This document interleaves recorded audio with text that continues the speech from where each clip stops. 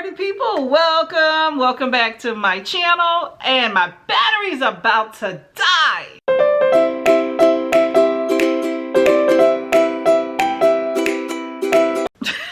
Of course, right? Okay, I'm back.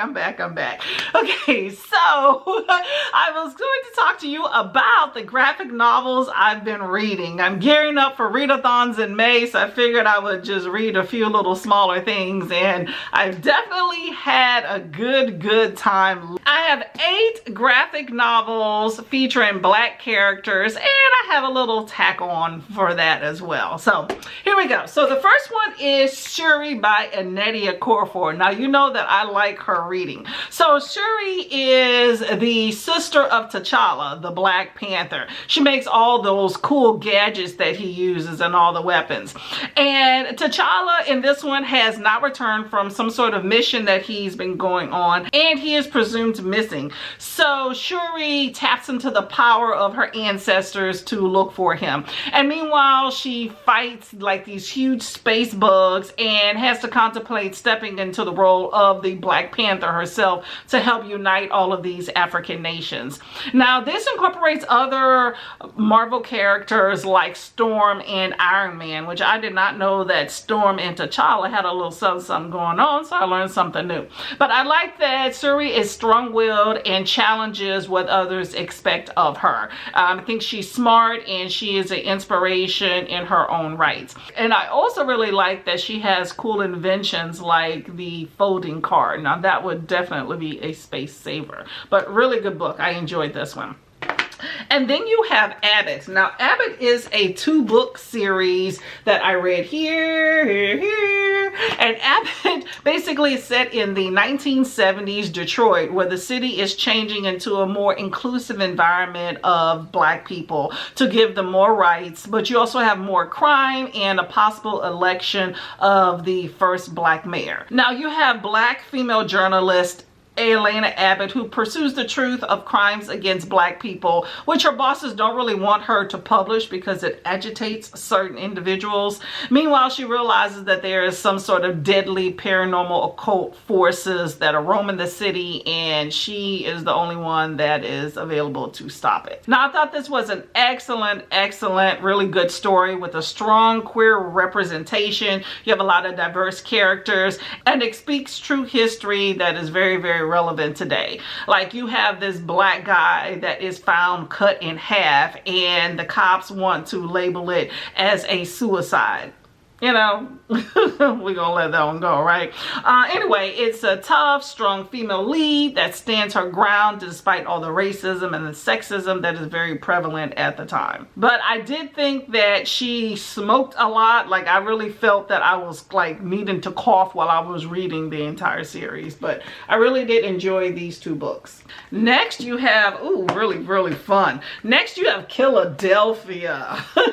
Killadelphia. Now, I live near Philadelphia in New Jersey, so this is definitely something close to me. Now this series is like really bloody, like a good bloody good time, okay? And you have modern times where vampires are roaming the city of Philadelphia, and it's up to this cop and his undead father, who was also a cop that was killed by some vampires, and they're trying to save the city. But these vampires are just hell-bent on just burning Philadelphia down to the ground, sucking it dry and killing everyone, or either turning them into a vampire too. And to make it interesting, these vampires are aided and being led by former 2nd President of the United States, John Adams, and his wife, Abigail, who each have their own idea of how to instill fear in everybody in order to gain power and reign supreme over any and everything. Because fear is definitely a powerful weapon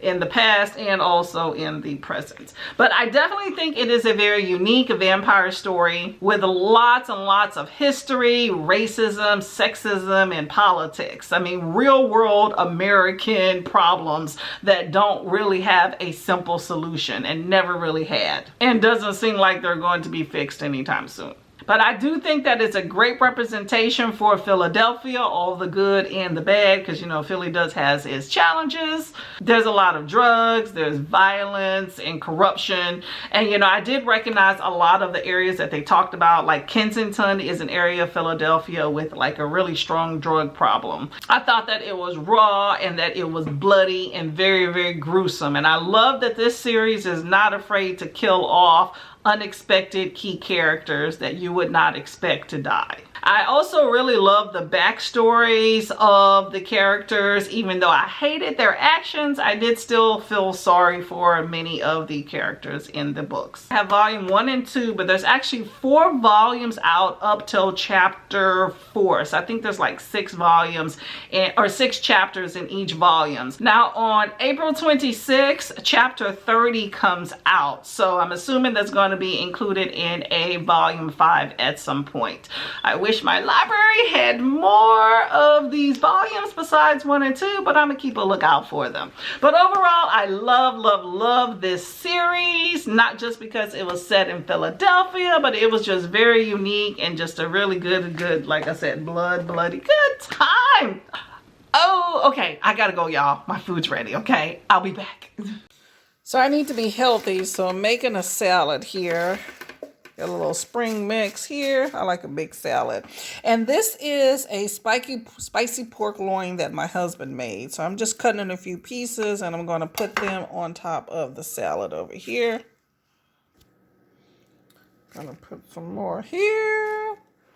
Then I got a few little cherry tomatoes. Gotta add those in the mix. I love some baby carrots. I'm gonna put a little of these, a little bit of that on there as well. Doing this with one hand is not easy. Then I love a bit of Parmesan cheese, so we're gonna put a few little sprinkle bam on there.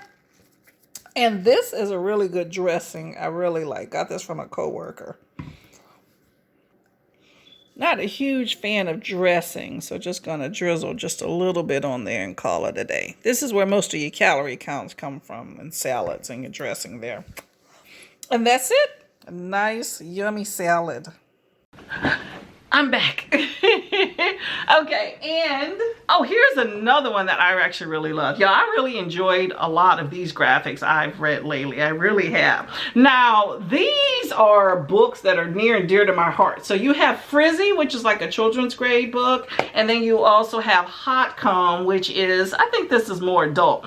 I also read Wash Day Diaries like months ago, but these books celebrate people of color, mainly black, but people of color, black hair care. It talks about all the trials and tribulations that we as black women and black females go through in life to get our due. It's just really good. Like I almost had PTSD when they were talking about going to the salon and getting your hair combed and being tender-headed, and about people picking on you because of your hair texture that grows out of your scalp, about feeling like you're not good enough because of the way your hair look. It even touches on how black women have been held back in the job market due to our hair and the need to tame it and, you know, straighten it with chemicals and relaxers and things like that in order to be accepted.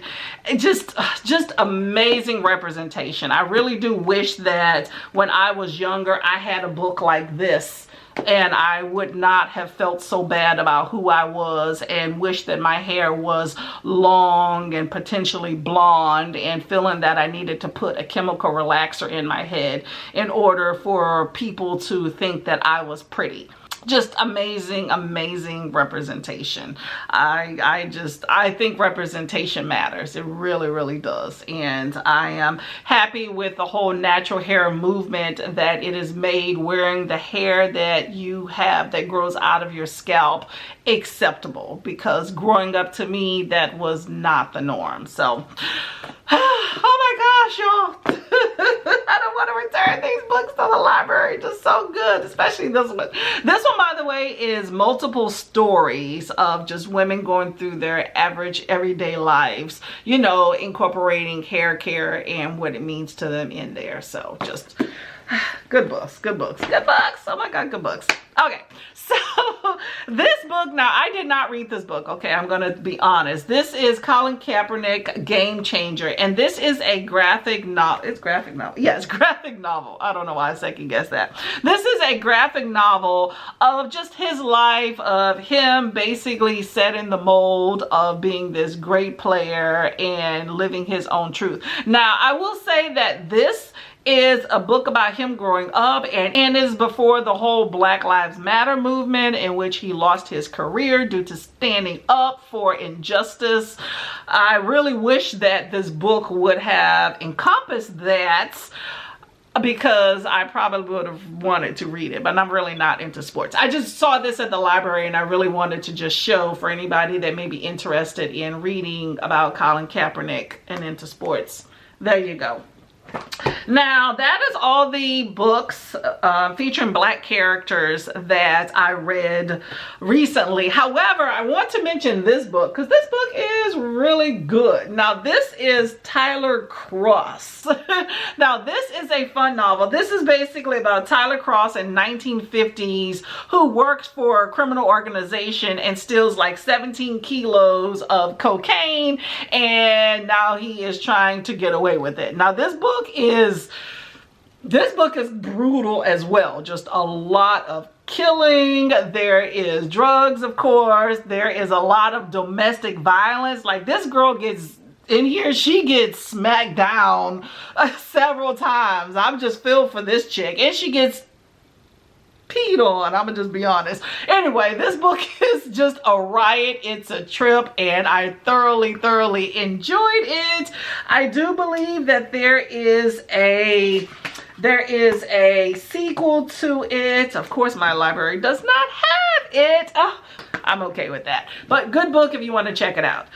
Okay, y'all, I've been rambling off, but that is the books that I have been reading lately. I'm definitely looking forward to May and to getting into some more full-length big novels with a bunch of words and engrossing myself inside of them. But I'm just so happy I got a chance to get exposed to some of these books. Like, I'm still thinking about Hot Come, and I'm still thinking about Killadelphia, y'all. These are just, oh my God. All the stars, all the stars. Okay, let me get out of here. Okay, y'all. Like, subscribe, comment as always. And I hope that y'all are having a good day. Why do I have this on my face? Because they're cool. I got them for free. And because I can. Bye-bye.